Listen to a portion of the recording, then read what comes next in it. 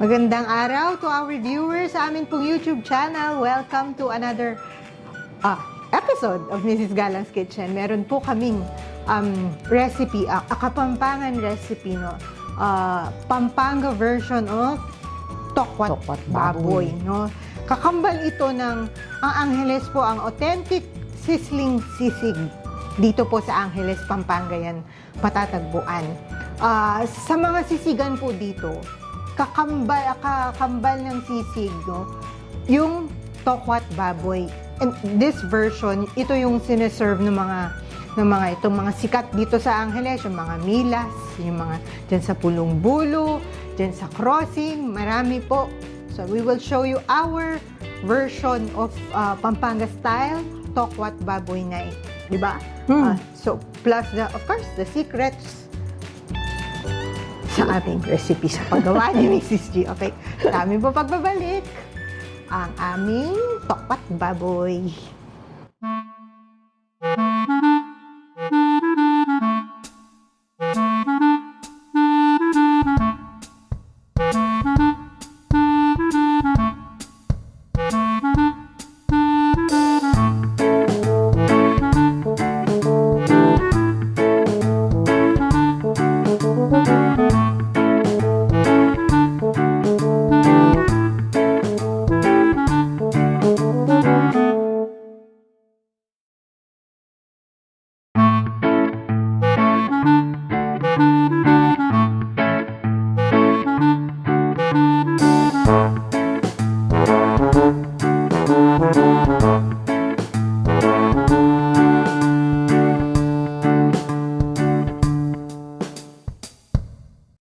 So, gagawin ho natin ngayon ang version ni Mrs. G ng tokwat baboy.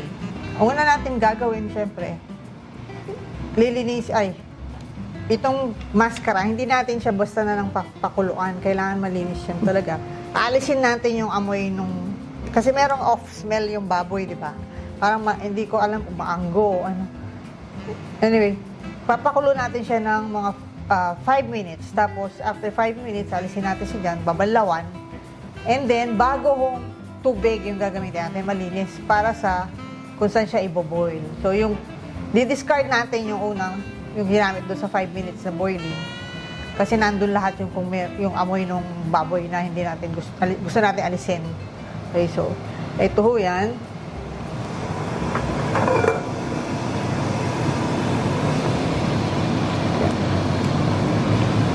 So, yung maskara, yung mukha ng baboy, debone.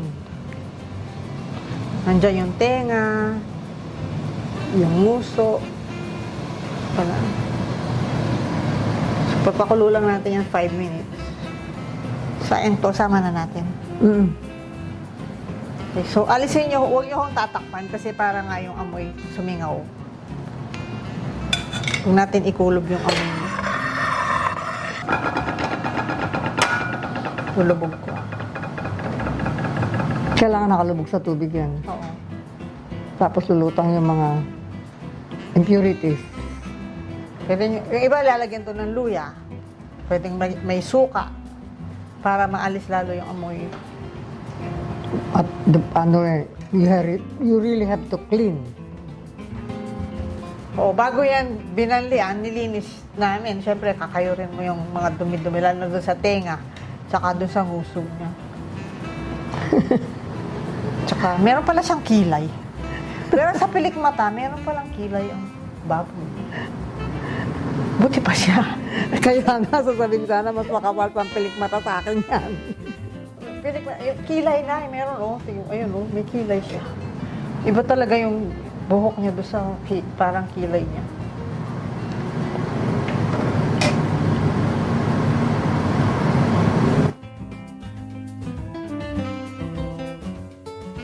So, 5 minutes na ho. Hindi natin niluluto, no? Inaalis lang natin yung amoy.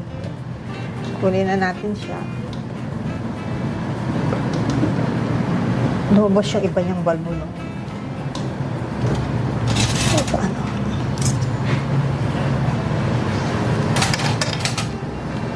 Medyo maliit yung spider na ito pala. Ang laki. yung mascara, okay?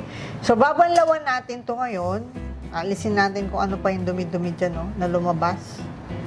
Tsaka yung, meron pang mga lumabas na balahibo ng baboy. Alisin din ho natin yun. Tapos, mamaya papakita ko how I will slice this into 3 pieces bago papakuluan. Babanlawan ho muna namin.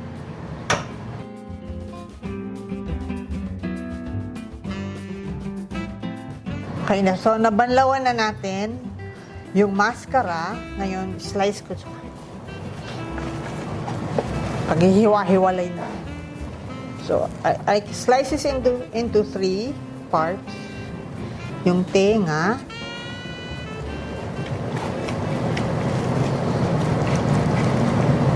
Meron pa siyang bone. Tapos, yung nguso. Ayan. Ihihiwalay ko yan. Doon sa pinaka-jowl. Yung, Paa niya.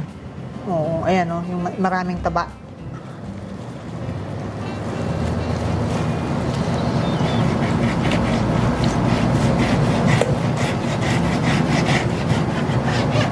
Hindi matalim yung kutsi. So, ito yung nguso.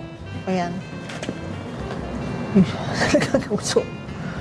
Ito yung tenga. And ito yung jowl. So, bakit ko to hinihiwalay? Kasi gusto ni Mrs. G, dun sa kanyang toko at baboy, merong nakachicharon na balat. So, dun sa part ng mascara, ang pinakamalutong, ang pinaka napapalutong na madaling palutungin, itong jowl. Kasi meron siyang taba-taba. Pag dito, kumukunat lang yung tenga. Kahit dito sa nguso, kumukunat. Malulutong siya pero matigas yung lutong. Ito parang chicharon pag lutong. Pero ito lang balat ng papalutungin natin. Dito, para pag pinrito natin yung ganyan lang mamaya. Anyway, makikita nyo mamaya yung sinasabi ko. So, papakuluan na natin yan. Dito. For 1.5 hours yan, no? Palalamputin natin. So, lalagyan natin. Aromatics, pepper, garlic, flavor din yan, saka bay leaf o dahon ng laurel. Nasa inyo kung ano yung gusto nyong ilagay dyan. And onions. So, yung onions nakakatulong yung pampalambot. And, so, lagay na natin sila.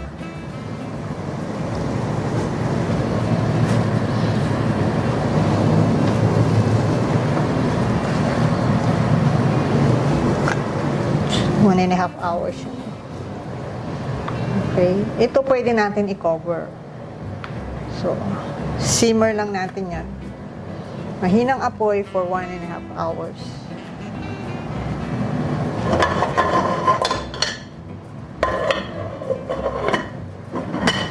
Okay.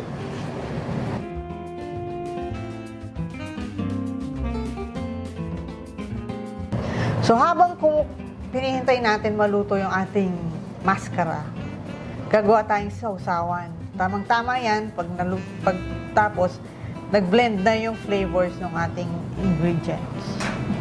So, ito lang. Paghahalu-haluin lang natin lahat. Suka, liquid seasoning. So, hindi ho toyo yung gamit namin. Liquid seasoning.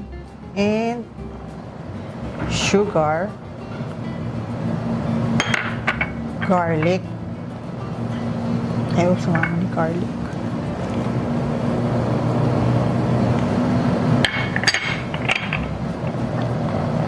Red onion.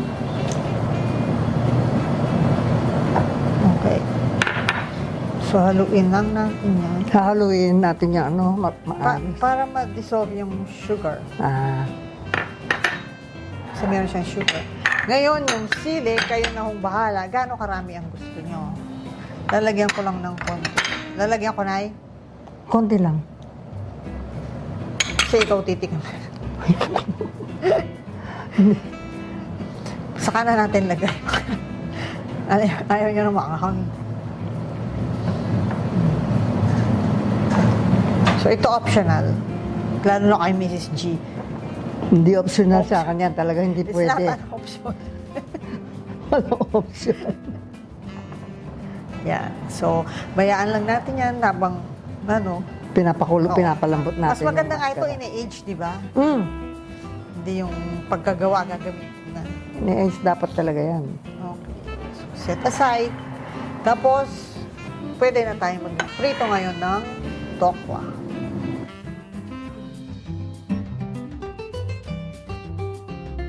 Yan. So, mag-piprito na tayo ng tokwa, pero hintayin muna natin. Kailangan ba mainit na mainit o Hindi naman, kaya lang kailangan uminit. Medyo malamig pa siya. Yung iba ginagano ng tubig. ay, Oh, ayaw ko. tatalsik yun. Tsaka pwedeng sobra yung tubig. Subukan natin. So, ito na.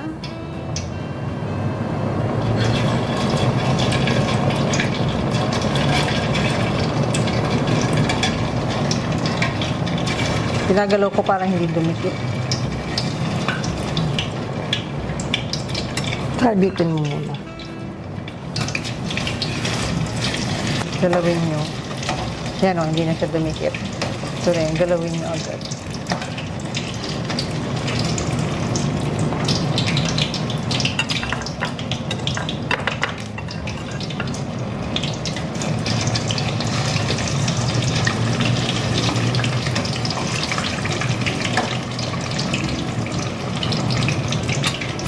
So, iba brown natin, no? Yung iba ini-slice bago i-frito, kaya lang mas Ang daming sisip-sip ng mantika. Ano. gusto namin yung labas lang. Si Mrs. G gusto niya. Yung labas lang yung malutong.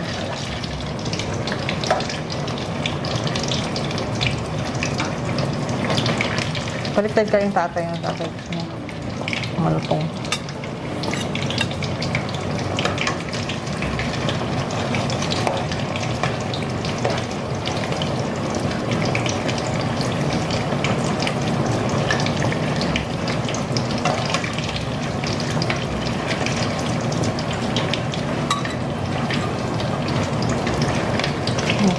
Kaya lang natin mag-brown.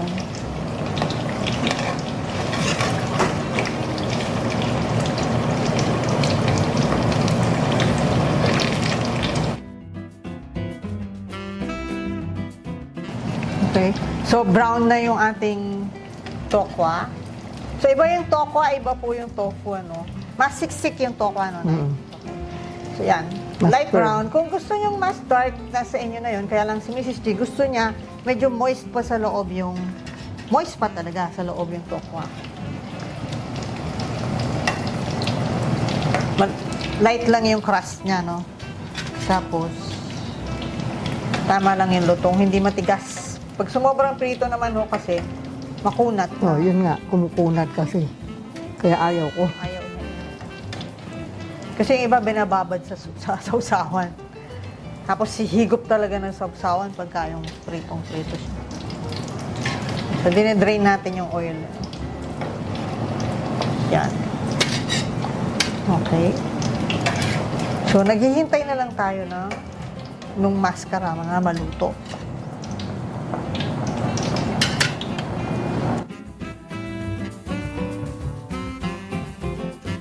Okay. 1.5 hours na ho. Malambot na yung ating mascara. Alisin na natin sila sa pinagpakuluan. So, ingatan lang.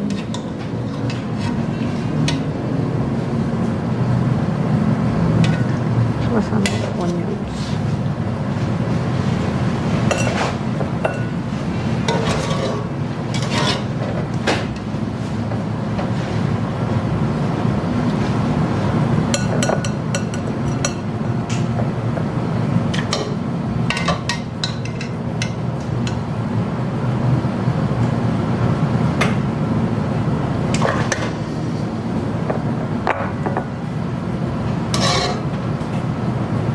Kaya pala putol yung tenga. Okay. Ayan. So, yung, usually ganito, Paglamig ng konti, slice na ho yan. Tapos pwede nang i-serve yan. Slice na rin yung tokwa. Kaya lang, gusto nga ni Mrs. G, merong parang chicharon. So, sa version ni Mrs. G, we do this ahead. Tapos, yung part ng jowl na pinakita ko kaninang in-slice, hiniwalay ko, pinapatuyo muna namin yun overnight. Tapos, papalutungin yung balat. Necessarily na parang chicharon para malutong lang siya. Tapos, malambot yung laman. So, yung part lang ng skin, yun yung papalutungin natin. So, gagawin natin yan mamaya.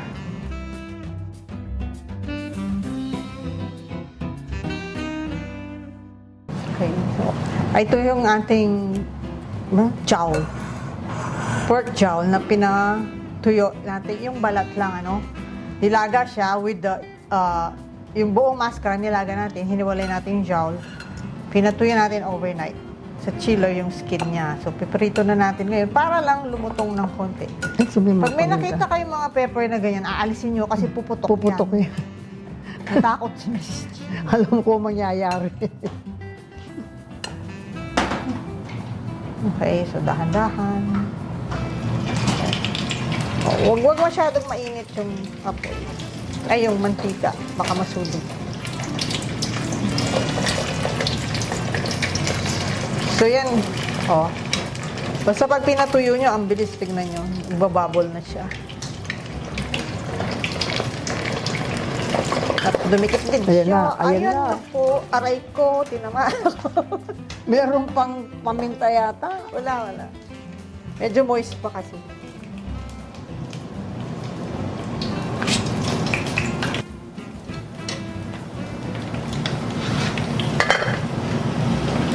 Ayan o. Pero yung surface lang yan yung malutong, no? Ayaw naman natin matuyo yung laman niya. Hindi naman tayo gumagawa ng talagang chicharon. Parang ano lang nun, gusto mo meron lang ibang texture pag kinakain. Yung pagka, saka yung tatay mo. Chicharon na lang ilagay natin.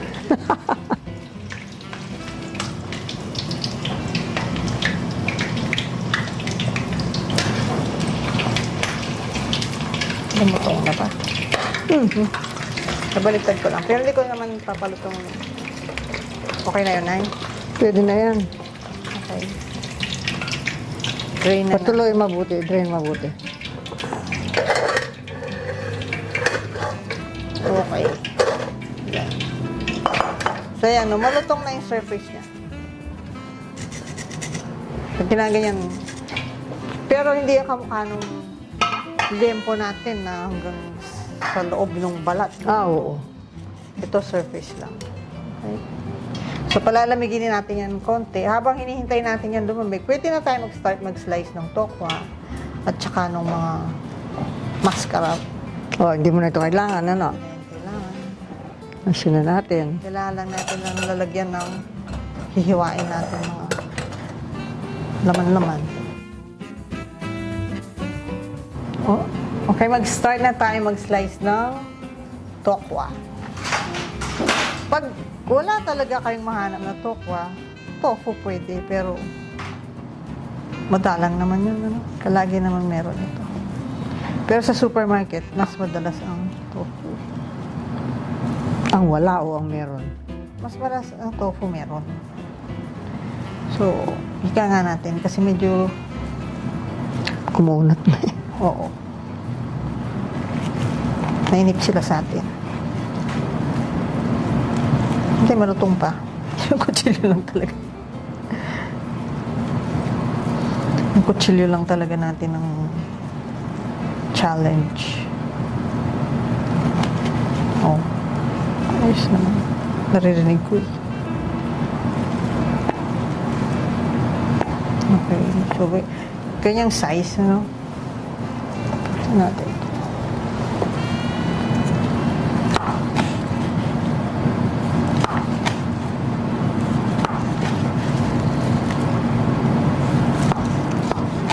Bali 16 ba? Ano?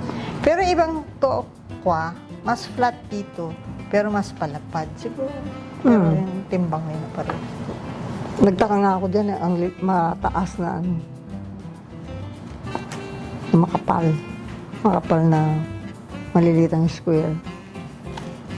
Narinig ko yung lutong niya. Okay. Start natin yung mga yung mascara. May tenga. So, ganoon din. Similar size. Right size.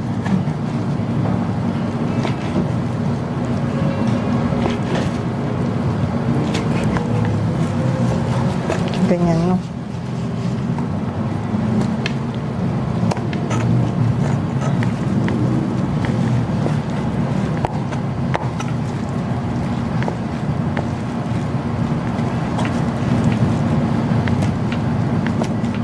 Yung iba tatagta rin, no? Basta bite size siya.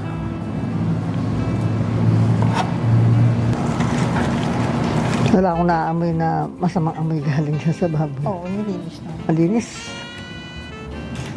Yan yung ayaw kong, ano. Minsan, kahit yung mga sisig, ganun ang amoy. Kahit ang dami na niyang kalamansi. Pag naamoy kong ganun, talagang hindi ko kakainin maski binayaran ko pang mahal.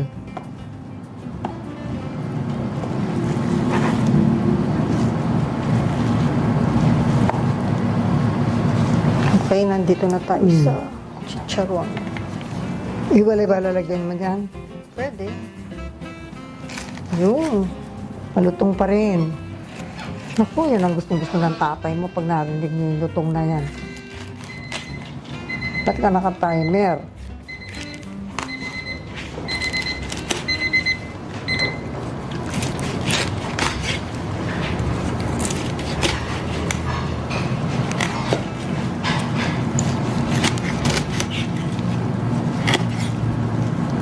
Gano'ng katagal mong pinapatuyo yan? Tingin na lang, tingin na lang. Oo, kailangan dry. Pero hindi parang yung sa lempo na talagang mantis na.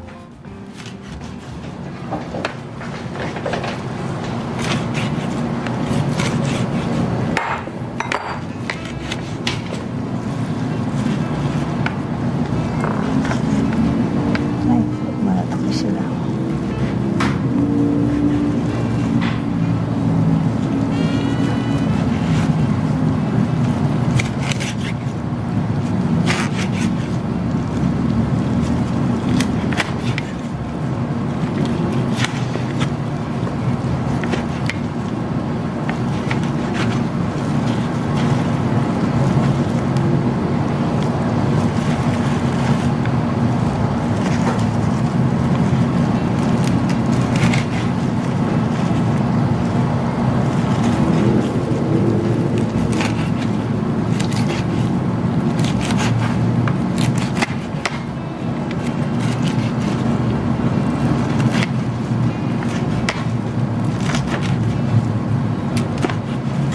Tamain mo.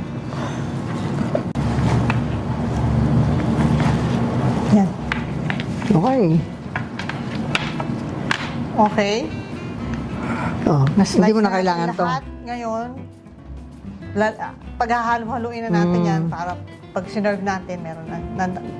Sinaserve yan kasama na yung sausawan. No? Nakalubog siya dun sa sauce. Okay? Okay, gagawa na tayo ng tokwa at baboy. So, kuha tayo ng mga components. Nasa inyo na kung ano yung gusto nyong proportion.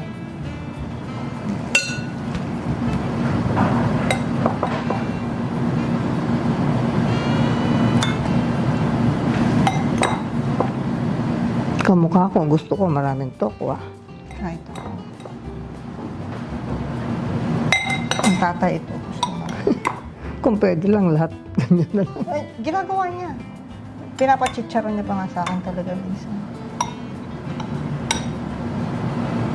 Yan. Tapos lagyan natin ng sauce o sausawan.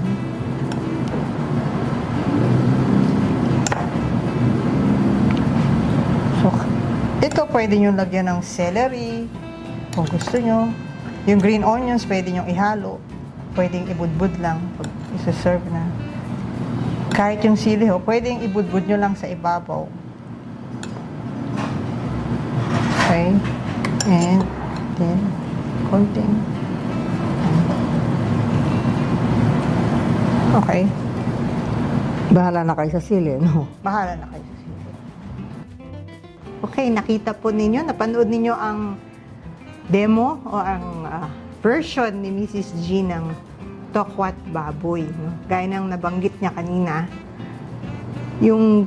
ang pinakita niya ang ano dyan yung pagluto ng tokwa at ng baboy. Yung sausawan, actually, bahala na kayo, di ba? Merong iba naglalagay ng celery, ng kalamansi. Kalamansi para mabango. Para mabango.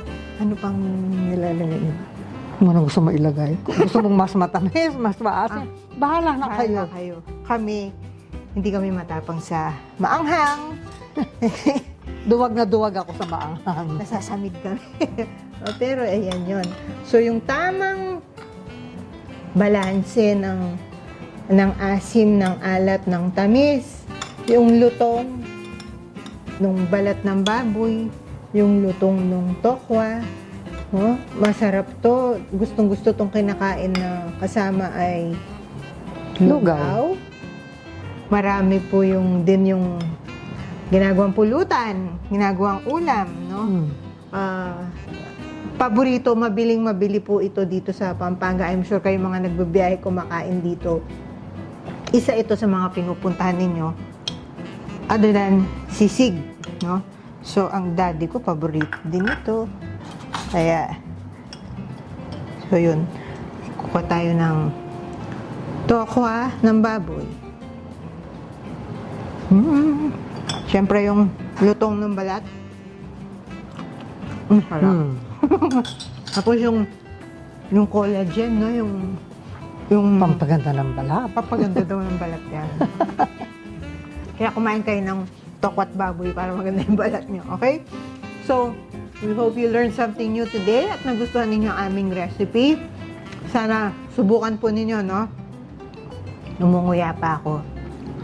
For your questions, comments, and suggestions, just leave us a message sa amin pong Facebook page, facebook.com/Mrs. Galang's Kitchen. Yun po yung page ng aming school, Emelita W. Galang Culinary Arts Studio. No?